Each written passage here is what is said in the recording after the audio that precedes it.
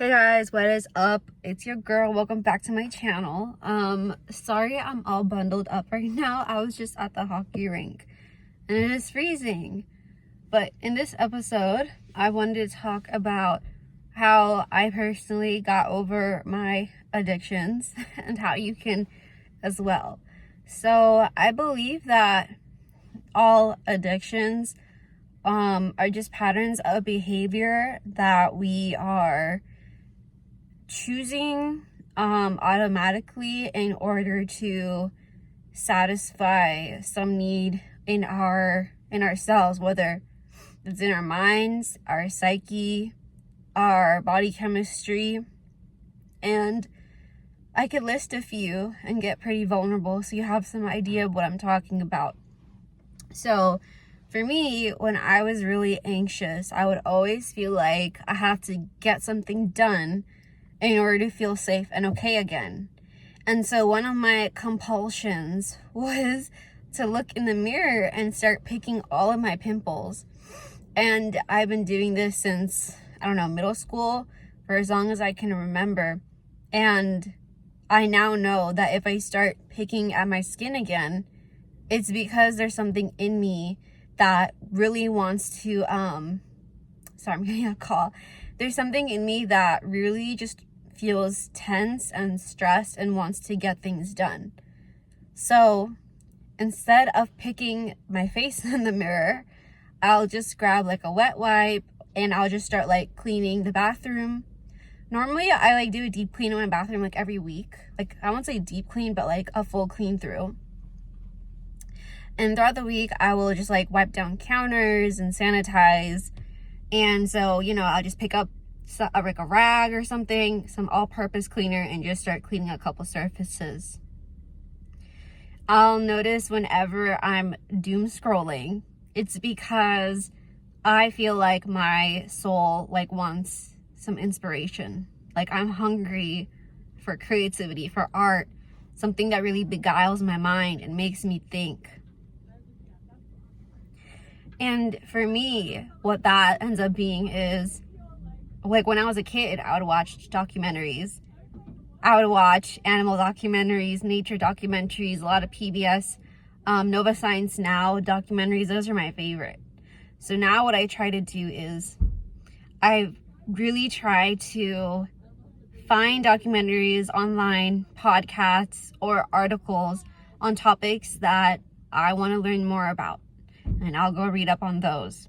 And if scientific articles and journals really intimidate you, what I really recommend is just look at the abstract, because the abstract is always a summary of what's going to be talked about in the article, and it'll also list the findings. So you don't have to read the whole page to find out what the conclusion is. Another compulsion that I have is just staying in bed and bed rotting, as they call it. So for me, I'm somebody that has always had a habit of waking up early, and like I was always a morning person growing up. So when I became like really, really depressed in life, I no longer was a morning person, and I kind of like smother that tendency away. And so I would just lay in bed all the time, doing nothing, and just like, I don't know, like I'd be wide awake. My chest would be super heavy because I'd have all this anxiety. And I would just think, oh, like if I just stayed in bed longer, this feeling would go away. And so I would just like snuggle up more with like my pillows and my blankets. And guess what? That feeling did not go away. That feeling would just constantly build and build. And I just felt awful. And I think it really damaged my mental health because I was no longer using the energy I'd wake up with to go do things. So now, as soon as I wake up, I say hello, good morning to God, and I immediately get up, make my bed, and I start the day. I might like subconsciously pick one or two things that I'm really excited for. So for example, like if I'm really hungry for like the super sugary muffin in the morning, my mind will like fixate on that, and I'll kind of go in a beeline throughout my routine to get to that muffin. So I find things that really excite me. If I'm feeling like really emotional, sometimes all I want to do is just sit in bed and expect the feelings to come out, and oftentimes the feelings just don't want to come out. The body doesn't want to let go of that emotion. So I pull weeds out. Like, I don't know what that's called, weeding. So I'll like weed the lawns.